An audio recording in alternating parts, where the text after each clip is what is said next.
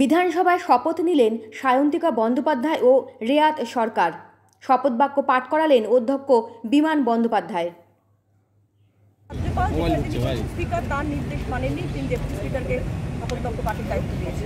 দেখুন, এই যে বিষয়গুলো আমরা তো একদম নিউলি ইলেক্টেড, ঠিক আছে, সদ্যজাত, তো সেইখানে দাঁড়িয়ে আমাদের এত অভিজ্ঞতা বা এত বুদ্ধিমত্তা আমাদের নেই যে আমরা এই চুলচেরা বিশ্লেষণ করতে পারবো। ঠিক আছে, নিশ্চয়ই যদি সেই উত্তর চাওয়া হয় স্পিকারের কাছে বা অন্য কারোর কাছে, নিশ্চয়ই স্পিকার উত্তর দেবেন এবং স্পিকার আমাদের কাজ ঠিক দেবেন।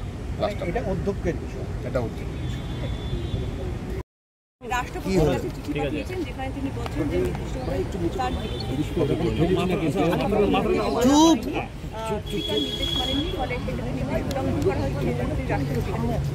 এই বিষয়ে আমি কোনো মন্তব্য করব না, কারণ এটা যাদের বলার এবং যাদের দেখার তারা ঠিক দেখছেন।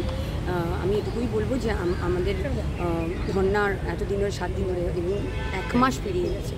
আজ যেটা অনেক দিন আগে হয়ে যাওয়ার ছিল সেটা আজ হয়েছে এবং অবশেষে শেষ ভালো যাক সব। ঠিক ঠিক।